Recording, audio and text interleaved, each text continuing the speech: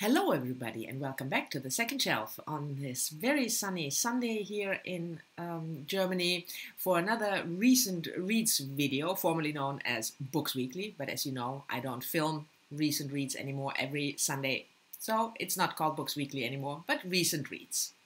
And the first book I want to talk to you about is a short story collection, and that is this one, My Al-Nakib, The Hidden Light of Objects.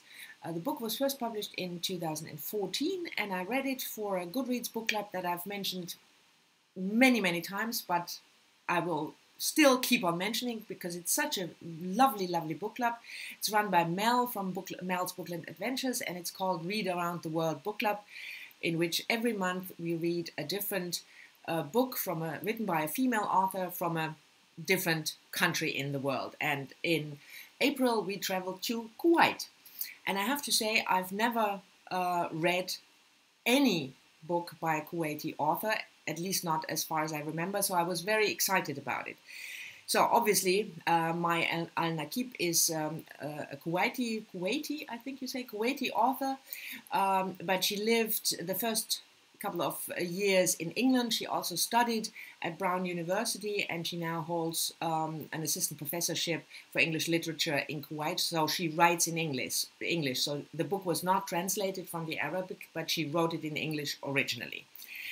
Like I said, it's a short story collection, and as always with short story collections, some of the stories I really loved, and others I just couldn't. I had two stories that I didn't even finish because they bored me.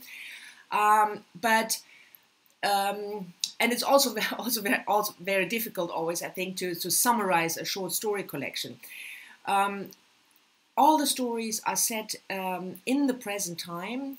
Most of them are set in the Middle East, but they are stories where a Kuwaiti family spent some month in Japan with a young girl. It's one of my favorite stories, by the way, Chinese Apples, it's called. And the backdrop is really the conflict, the war in the Middle East. We have a woman who returns to Kuwait after she was held for a decade in Iraq. But it's not stories about war. It's more that what I found really fascinating, and certainly with regards to the stories that I loved, is that the current situation in the Middle East is a backdrop.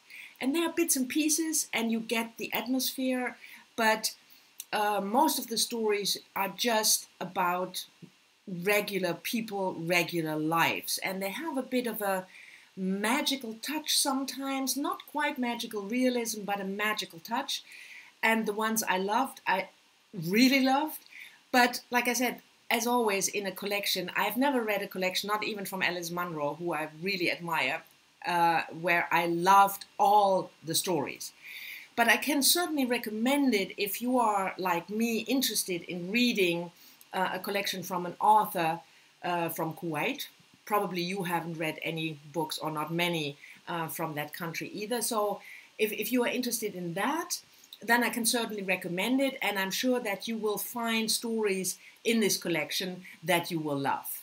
And the second book I want to talk to you about is by an author that I discovered, I think, 2 years ago, and that's Aminatta Forna, and her new book Happiness, which just came out in March of this year.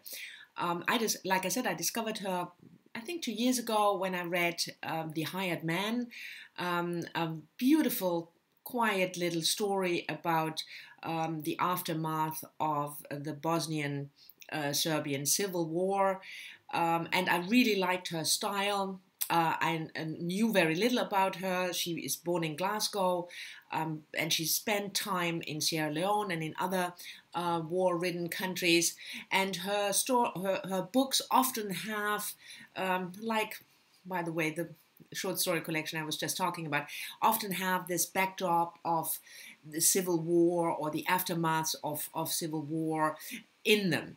Now, the new book Happiness is set in present-day London, and we have two main characters. The one is Jean, an American woman, middle-aged, who studies the life of urban foxes in London. And by chance, she meets the other main character of the book, and his name is Attila, and he's from Ghana, a very well-known trauma psychiatrist who is in London to deliver a keynote speech in a conference. Their lives converge by chance, and the story centers around the fact that Attila's niece, Ama, who lives in London, is picked up by the police for some bogus charge, and her young son disappears. So Jean and Attila, they look for the son of Attila's niece. That's more or less the thread, the story thread. But the book is much more about city life. The foxes play a huge role in it because, like I said, Jean studies them. But also we learn about the life of immigrants because Attila, because he is from Ghana, he meets people while looking for the son of his niece. And we learn a little bit about their backstory. And then there is this topic of trauma, of post-war trauma that Attila is specialized in. So if you like a story where foxes play an important role, and urban life, urban immigrant life, and you're not put off by the quite slow pace in which the story develops, then I think happiness will make you happy. You will love the experience of reading it. I really loved it, but I don't think it is a book for everyone, especially like I said, because it's so slow paced and it's so much focus on this urban life, which is almost kind of magical with the foxes. Give it a try. Just download a sample from Amazon and see whether you like the style. But I can certainly, if you're into this kind of book, I can certainly recommend it. And the third book I want to talk to you about is a science fiction novel. It's been a while, I think, that I talked about sci-fi on my channel, although I really love reading it. And that's Emma Newman Before Mars, which came out just at the beginning of April. Now, Emma Newman is also a British author, and I showed this book in my monthly TBR video to be released. So for the new releases in April, for the sci-fi category, I picked Before Mars. If you don't know anything about Emma Newman and her series, the Before Mars book is the third book in a series called the Planetfall series, and I really loved the first one, Planetfall, which came out I think 3 years ago, and the book is about a group of people who followed an almost religious leader called the Pathfinder to a very distant planet where they hope to discover, the meaning of life. And the whole book is set on that planet, focusing on a main character, Renata, and all the things that happen there. The second book, After Atlas, is set on Earth after the spaceship called Atlas left for this planet. So it has connections with the first one, but it's not like a follow-up of the story of the first one. And the same with this one, with the third one, Before Mars.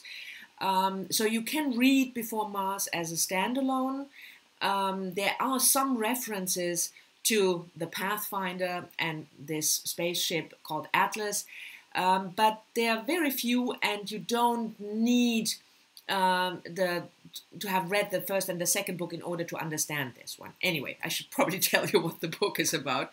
Before Mars is set on Mars, and we follow a main character, Anna Kubrin. She's a geologist and also an artist. And the book opens when, after a 6-month journey, she arrived at the Mars station, Mars Principia, where there are already 4 other scientists waiting for her arrival. These other scientists have already been on Mars for quite some time, and the the world setting is about 40 years, I think I said that already, but just in case, 40 years after the first book. And you have this world on Earth where corporations rule. You don't have democracy or governments anymore, corporations rule the world.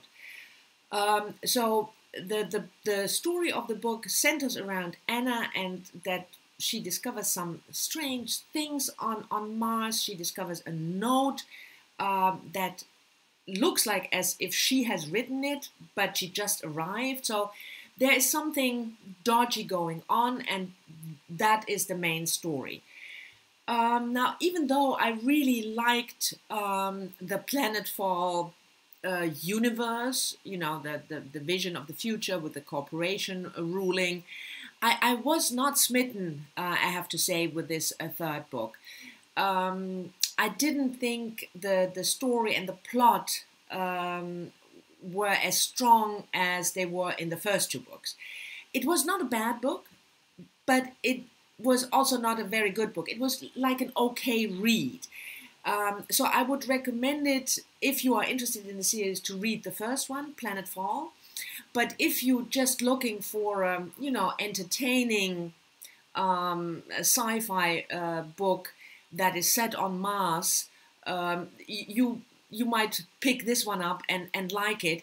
But I cannot wholeheartedly recommend it, because I thought the story was much weaker than the first two books. And the fourth and final book I want to mention that I read recently is Meg Wolitzer's new novel, The Female Persuasion, which came out beginning of April. You know, if you're following my channel for any length of time, that I love Meg Wolitzer, and I made a review video of this book. I will leave a link down below. So I'm not going to talk about this much. If you're interested in any details, just check out my review video. And just for those of you who don't want to spend the time on this video, this is a book set between 2006 and 2018 in the United States, and we follow a main character, Greer Kadetsky. She is an 18-year-old college freshman when the novel opens, and she meets an older woman, 63-year-old Faith Frank, who is a feminist icon. And you also have Greer's boyfriend, Corey, and her best friend, Franny Eisenstadt. And we follow these four main characters and their lives over the course of these 13 years. I love the book, and like I said, if you want to have more details, check out my gushy review. So this was it for my recent reads on this Sunday. Thank you very much for watching. I hope you've enjoyed it. As always, let me know down in the comments whether you read any of the books, or whether you plan on reading them, or whether you have any recent reads that you want to recommend to me. And I'll see you all soon in my next video. Bye-bye.